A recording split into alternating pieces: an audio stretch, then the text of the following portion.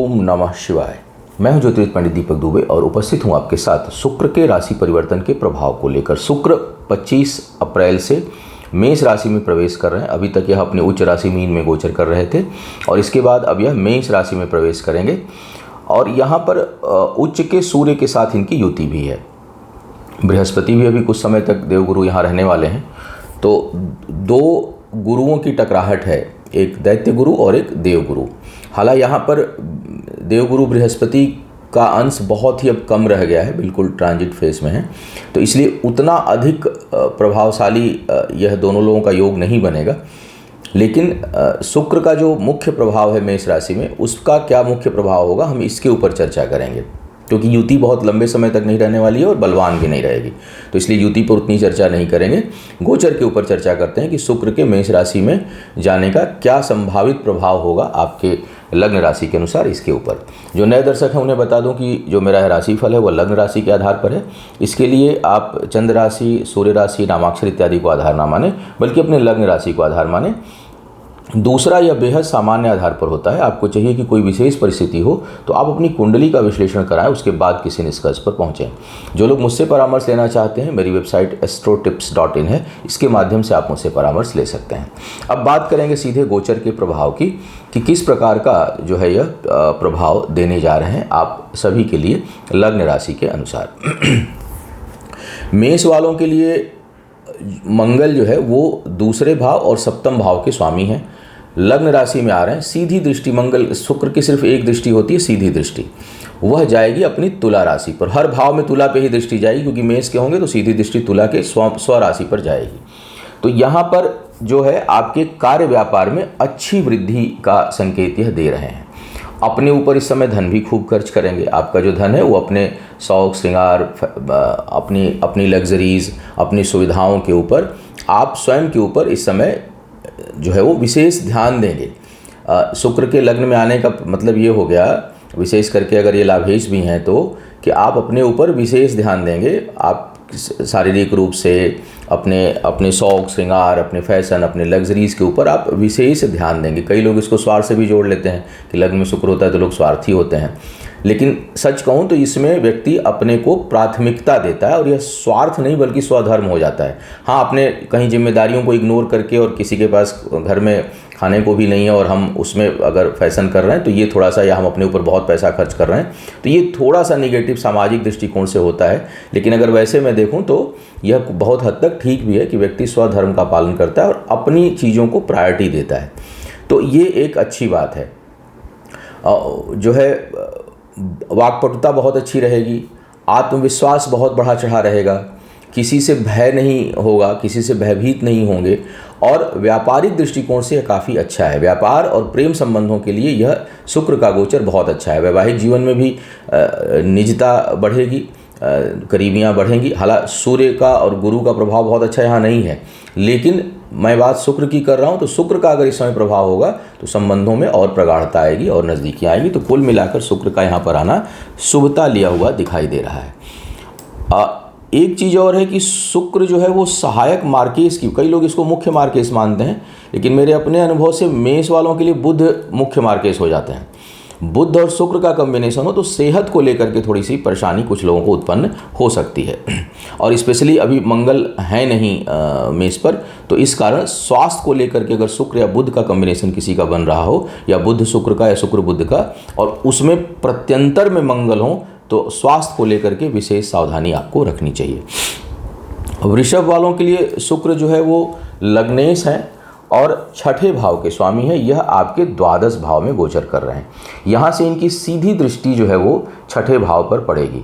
चूँकि लग्नेश हैं तो लग्नेश जो है वो अगर शत्रु स्थान को देख रहा है तो ऐसे में शत्रु परास्त होते हैं। कहीं वाद विवाद, कोर्ट कचहरी का मैटर चल रहा है तो उसमें आप विजयी होंगे, उसमें आपको सफलता मिलेगी। साथ ही साथ कर्ज इत्यादि से मुक्ति मिलने की भी अच्छी संभावना बनती है। हालांकि यहाँ पर कर्ज अपनी सेविंग्स, अपनी बचत, अपनी चीज़ों को निकाल कर करेंगे तो बचत, सेविंग या आपका जो असेट है वो प्रभावित हो सकता है, लेकिन उससे मुक्त होने की संभावना आपको विशेष रूप से इस समय बनेगी। साथ ही साथ द्वादश का शुक्र जो है यहाँ पर भी अपने चीज़ों के ऊपर अधिक धन खर्च कराते हैं, लेकिन ऐसी स्थिति में कई लोग जो है वो द्वादश के शुक्र का प्रभाव ये हो जाता है कि व्यक्ति अपनी लग्जरी के लिए कर्ज भी लेने से नहीं हिचकिचाता। तो ऐसी स्थिति यहाँ पर शुक्र जरूर उत्पन्न करते हैं और आपको परिश्रम का उतना परिणाम नहीं मिलेगा। थोड़ी बहुत व्यर्थ का भटकाव और अनावश्यक का धन खर्च भी हो, इसकी भी संभावना इस दौरान बनेगी। तो शुक्र का यहाँ पर बहुत कोई अच्छा प्रभाव, बुरा भी नहीं है लेकिन बहुत जो है वो अच्छा प्रभाव देखने को नहीं मिलेगा आपको। विशेष करके कार्य व्यापार के मामले में, परिश्रम के मामले में भटकाव उत्पन्न होगा और उतना परिणाम आपको नहीं प्राप्त होगा। मिथुन वालों के लिए पंचमेश है और द्वादश भाव के स्वामी हैं, आपके आय स्थान पर आ रहे हैं। सीधी दृष्टि यहाँ से इनके पंचम भाव पर होगी। निश्चय ही इस समय लिए हुए निर्णय आपके लिए लाभकारी होंगे। खर्च के बल पर आय को बढ़ाने में समर्थ होंगे। कई बार होता है ना कि हम पहले इन्वेस्ट करते हैं फिर इनकम होती है, वो चीज़ इस समय लागू होगी कि इन्वेस्टमेंट जो है वो आय बढ़ाने के लिए इन्वेस्टमेंट की आवश्यकता होगी और वो आप इस समय करेंगे भी और उससे लाभ भी आपको प्राप्त होगा। निर्णय लिए हुए इस समय सार्थक होंगे। बौद्धिक क्षमता अच्छी रहेगी। बुद्धि जो है वो एक उद्योगपति की तरह काम करेगी, मतलब बड़ा सोचेंगे, अच्छा सोचेंगे और उसको काम करने और काम को निकालने की सामर्थ्य जो है आपके अंदर इस समय अच्छे से उभर करके आएगी। शिक्षा प्रतियोगिता में सफलता के अच्छे आसार इस समय आपके लिए बनेंगे और उसमें सफल आप होंगे भी। क्रिएटिव क्षेत्र में जो लोग काम कर रहे हैं उनके लिए भी यह समय काफ़ी सदुपयोगी दिखाई दे रहा है। तो कुल मिलाकर के यह आपके लिए गोचर अच्छा दिखाई दे रहा है। कर्क वालों के लिए शुक्र जो है वो सुख भाव, चतुर्थ भाव के स्वामी हैं और आय स्थान के 11वें भाव के स्वामी हैं। दसम भाव में शुक्र आ रहे हैं। कोई भी शुभ ग्रह, बृहस्पति, बुध, शुक्र, ये अगर आपके दसम भाव में है, वैसे अधिकांश ग्रहों का मैंने देखा है कि दसम भाव में प्रभाव बहुत अच्छा होता है। अगर वो नीच के ना हो जाए, वक्री ना हो जाए, वहाँ ग्रहण योग ना बन रहा हो या वो किसी बहुत खराब भाव के स्वामी ना हो, तो ऐसे अधिकांश ग्रह दसम भाव में कुछ न कुछ अपने से संबंधित कार्य व्यापार को बढ़ावा दे देते हैं। यहाँ लाभेश आयेश हैं, आय स्थान के स्वामी हैं, सुख भाव के स्वामी हैं। दसम में बैठेंगे, सीधे सुख स्थान को, तुला राशि को, अपनी राशि को देखेंगे। शुक्र की दृष्टि या उपस्थिति चतुर्थ भाव में अधिकांशतः व्यक्तिगत सुखों को बढ़ाने वाली होती है। और तो अब स्वराशि को देख रहे हैं तो निश्चय ही भूमि, भवन, वाहन इत्यादि के मामले में आपको अच्छी सफलता और उसके सुख की प्राप्ति होगी। कार्य क्षेत्र में भी आपका दबदबा होगा, प्रभाव होगा। आय अपेक्षाकृत उतनी नहीं होगी। पद प्रतिष्ठा में इस समय वृद्धि की संभावना होगी लेकिन इनकम में उतनी वृद्धि नहीं होगी। इनकम अपेक्षाकृत कुछ लोगों का कम हो सकता है या अपने दिखावे में, सामाजिक कार्यों में, व्यवहारिक कार्यों में आपका धन खर्च हो, इसकी अच्छी संभावना बनेगी या उसकी वजह से आय प्रभावित हो सकता है कि आप इतने अधिक सामाजिक कार्यों में और अन्य गतिविधियों में इस समय लिप्त हों कि आपकी आय प्रभावित हो। दसम में यहाँ पर अगर शुक्र हो कर्क वालों के, तो ऐसे लोग अपने इनकम को हमेशा प्रभावित करते रहते हैं अपनी गतिविधियों के कारण। तो उस तरह की स्थिति आपके लिए उत्पन्न होगी। लेकिन सुख सुविधाओं में वृद्धि, पद प्रतिष्ठा में वृद्धि, ताकत में वृद्धि और आय में थोड़ी कमी या आय के प्रति उतनी लालसा या आय के लिए उतना प्रयास हो, इसमें थोड़ी सी कमी यहाँ पर दिखाई देगी आपके लिए। अब बात करते हैं सिंह वालों के लिए। सिंह वालों के लिए देखा जाए तो तीसरे भाव पराक्रम के स्वामी और दसम भाव के स्वामी शुक्र योगकारी हो जाते हैं। हालांकि सूर्य से शत्रुता भी है शुक्र की, लेकिन यहाँ पर कर्म के कारक हो जाते हैं और आपके आ रहे हैं भाग्य स्थान पर। तो शुक्र का यहाँ पर आना आपके लिए, और दूसरी बात यह है कि जो इनका अब जो इनकी जो गति है आगे वो दसम भाव की ओर है, तो निश्चय ही कार्य व्यापार को लेकर भाग्य का साथ अब मिलने लगेगा। हालांकि इस दौरान अगर कहीं प्रमोशन होता है आपका, तो वो अपेक्षाकृत वैसा नहीं होगा जैसा आप चाह रहे थे, उसमें कुछ न कुछ आपको कमी महसूस होगी। लेकिन अगर उसकी बात चल रही है और यह प्रमोशन तब मिले जब शुक्र दसम में चले आए, तो जो चाह रहे थे वो या उससे अधिक चीज़ें प्राप्त हो जाएंगी। तो इस समय लेकिन हाँ, भाग्य जो है आपको विकासोन्मुख करेगी, विकास की ओर प्रेरित करेगी, विकास के रास्ते पर ले जाएगी और भाग्य का साथ इस समय आपको मिलेगा। तीसरे भाव पर दृष्टि जा रही है, बहुत प्रभावशाली इस समय आत्मविश्वास। हालांकि सूर्य की भी दृष्टि है, लेकिन यहाँ पर शुक्र की अपनी राशि पर दृष्टि है, तो कुछ मामलों में सूर्य जितना यहाँ पर कुछ मामलों में जो आत्मविश्वास को कम करेंगे, बल्कि भाग्य को सूर्य बढ़ा रहे हैं। यहाँ पर शुक्र जो है वो पराक्रम, पुरुषार्थ और आत्मविश्वास को बहुत बढ़ा देंगे। तो चूँकि यहाँ पर आपके दशमेश लग्नेश की युति हो रही है और पंचमेश की भाग्य स्थान पर। तो यह एक जबरदस्त योग आपके लिए बन रहा है कुछ समय के लिए। तो यह पद प्रतिष्ठा में वृद्धि, आय में वृद्धि, पराक्रम में वृद्धि, पुरुषार्थ में वृद्धि, साथी मित्रों का खूब सहयोग, यह सभी चीज़ें आपको प्राप्त होने वाली हैं। तो कुल मिलाकर के शुक्र का यहाँ पर आना शुभता लिया हुआ दिखाई दे रहा है। अब बात करते हैं कन्या वालों की। कन्या वालों के लिए भाग्येश है और दूसरे भाव, भाग्य स्थान नवम स्थान के स्वामी और दूसरे लाभ भाव के स्वामी हैं। लाभ भाव पे तो इनकी अपनी दृष्टि पड़ रही है, लेकिन भाग्य से द्वादश हो रहे हैं और अष्टम में हैं।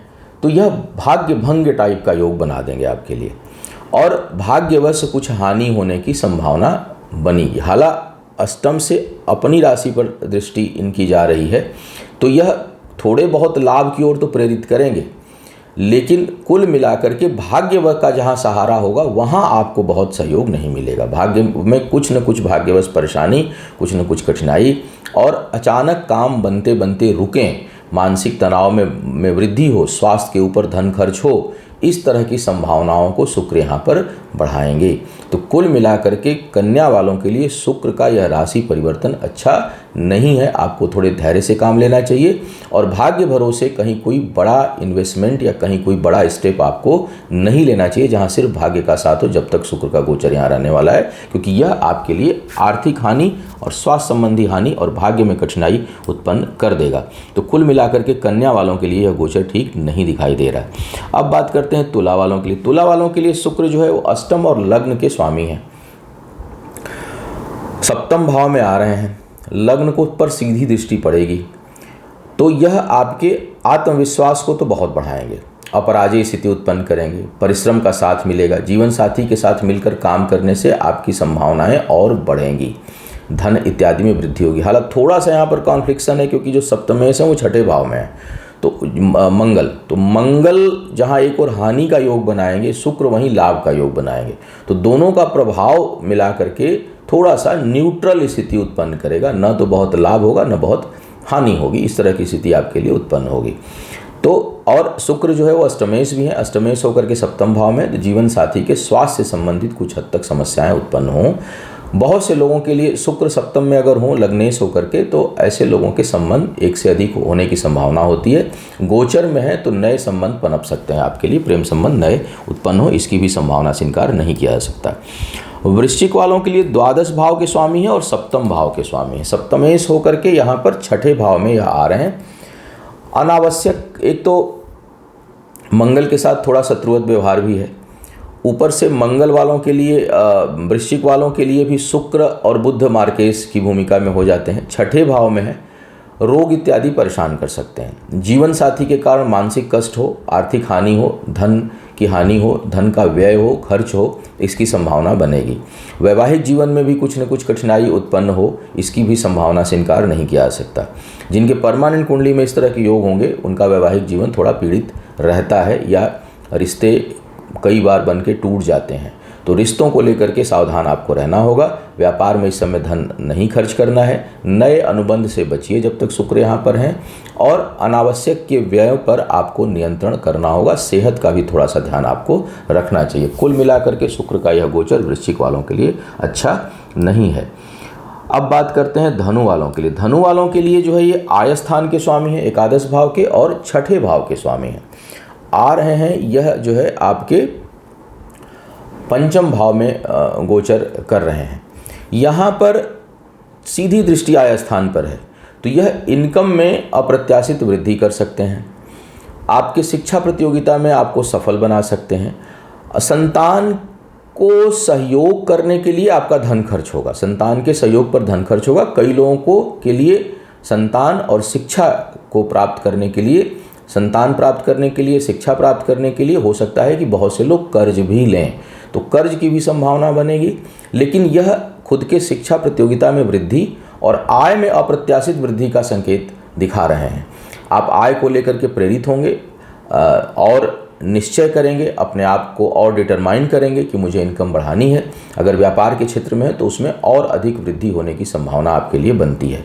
तो शुक्र का यह गोचर जहां एक और शिक्षा और संतान के दृष्टिकोण से कर्ज लेने वाली बना रही है, वहीं पर आय में भी वृद्धि करा रही है और आत्मविश्वास में वृद्धि, वाणी बहुत संतुलित और उपयोगी, बौद्धिक क्षमता जबरदस्त, और इसके साथ साथ जो है वो आपके लिए यह शिक्षा प्रतियोगिता में सफलता देने वाली है।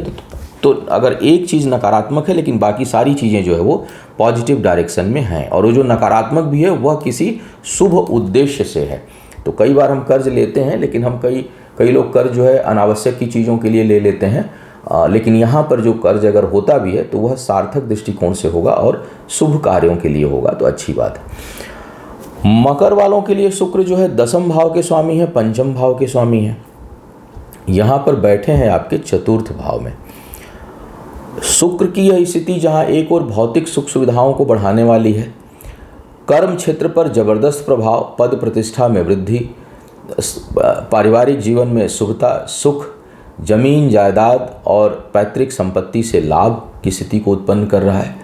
पारिवारिक जीवन में शुभता और भौतिक सुख सुविधाओं में वृद्धि की ओर, भूमि भवन वाहन की ओर अग्रसर आपको कर रहा है।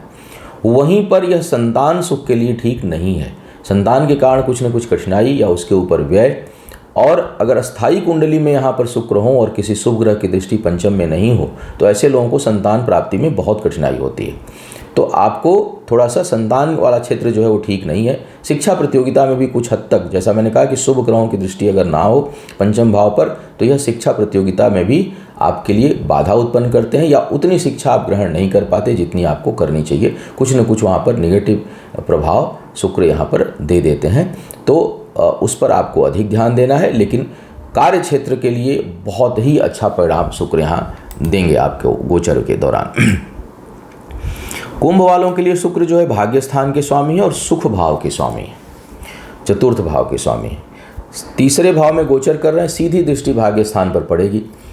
निश्चय ही भाग्येश की दृष्टि या भाग्येश की उपस्थिति कि कोई भी ग्रह अगर उसकी अपनी ही राशि पर दृष्टि पड़ रही हो या उपस्थिति हो तो वह उस भाव के प्रभाव को बढ़ा देगा, चाहे वह निगेटिव हो या पॉजिटिव हो। कुंभ वालों के लिए शुक्र योगकारी ग्रह हैं, भाग्यस्थान के स्वामी हैं। भाग्यस्थान के स्वामी की दृष्टि भाग्यस्थान पे सीधे पड़ रही है, और कहाँ से? पराक्रम भाव से। तो किए हुए प्रयास शुभ दिशा में जाएंगे, किए हुए प्रयासों में बहुत जल्दी सफलता मिलेगी। कम पुरुषार्थ से अधिक लाभ की संभावना बनेगी। इसका मतलब ये नहीं कि पुरुषार्थ घटा देना है और उसको बढ़ाना है। तो यह आपके भाग्य को बढ़ाने वाले और किए हुए कामों में तुरंत सफलता दिलाने वाली स्थिति यहाँ पर शुक्र उत्पन्न करेंगे। सुख सुविधाओं में थोड़ी कमी महसूस कर सकते हैं, पारिवारिक सुख में थोड़ी कमी महसूस कर सकते हैं। जमीन जायदाद बेचने के लिए यह सही समय, खरीदना चाह रहे हैं तो थोड़े ठहर जाएं। खरीदने के लिए बहुत अच्छा समय नहीं है, लेकिन बेचने के दृष्टिकोण से यह समय ठीक दिखाई दे रहा है। माता के स्वास्थ्य संबंधी कुछ लोगों को चिंता परेशान कर सकती है, तो थोड़ा सा वहाँ ध्यान देने की आवश्यकता है। लेकिन यह आपके व्यक्तित्व को, आपके पुरुषार्थ को, आपके पराक्रम को, आपके विल पावर को, आत्मबल को बढ़ाने वाला गोचर है, और साथ ही साथ भाग्योदय कराने वाला गोचर है। भाग्य में ज़बरदस्त वृद्धि के संकेत मिलेंगे, कुछ ऐसे रास्ते खुलेंगे जिससे आपके आने वाला समय और बेहतर हो। मीन वालों के लिए शुक्र मुख्य मार्केश हो जाते हैं। मीन शुक्र बुध और शनि का कॉम्बिनेशन हो तो अच्छा नहीं होता स्वास्थ्य के लिए। अब यहाँ पर शुक्र का जो गोचर हो रहा है वह हो रहा है 2रे भाव में, और 3रे भाव के स्वामी है और अष्टम भाव के स्वामी है। सीधी दृष्टि अष्टम भाव पे जाएगी। देवगुरु बृहस्पति की भी दृष्टि अष्टम पे जा रही है, बैठे हुए हैं 2रे भाव में। शुक्र का यह गोचर जहाँ एक और वाणी के लिए बहुत अच्छा है, बोलने की अद्भुत शक्ति, 1 2 3 ग्रह सूर्य, शुक्र और गुरु, तो कुछ समय के लिए तो मतलब परमानेंट कुंडली में हो तो क्या ही कहना, फिर इतना ज़्यादा ज्ञान का विस्तार होता है ऐसे लोगों का, और वाणी इतनी ज़बरदस्त प्रभावशाली होगी कि आप कह नहीं सकते, ज़बरदस्त योग बनता है। लेकिन कई बार यह मतिभ्रम, हालांकि यहाँ बृहस्पति कमज़ोर है, बृहस्पति और शुक्र दोनों मजबूत हों और सूर्य ना हो तो यह मतिभ्रम की स्थिति भी उत्पन्न करता है। फिलहाल शुक्र का अगर मैं गोचर की बात करूं तो स्वास्थ्य को लेकर के थोड़ा सचेत रहिएगा। सेहत के मामले में कुछ परेशानी उत्पन्न कर सकते हैं। करीबी लोगों के ऊपर आपका धन और समय दोनों नष्ट होगा, खर्च होगा, व्यय होगा।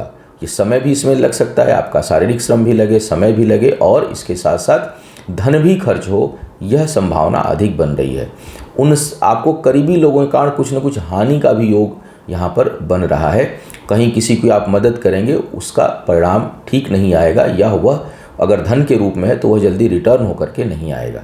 तो जहाँ पर यह बौद्धिक क्षमता, वाणी, वाक्पटुता के लिए बहुत अच्छा योग बना रहे हैं, वहीं स्वास्थ्य और संबंधों के मामले में थोड़ा सा नकारात्मक योग शुक्र यहाँ पर बना रहे हैं। तो कुल मिलाकर के बहुत योगकारी स्थिति शुक्र की यहाँ पर नहीं है।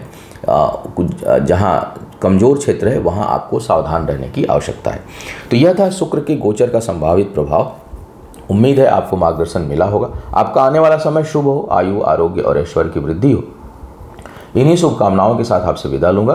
पुनः मुलाकात होगी किसी नए विषय पर। तब तक के लिए मुझे आज्ञा दीजिए। ओम नमः शिवाय।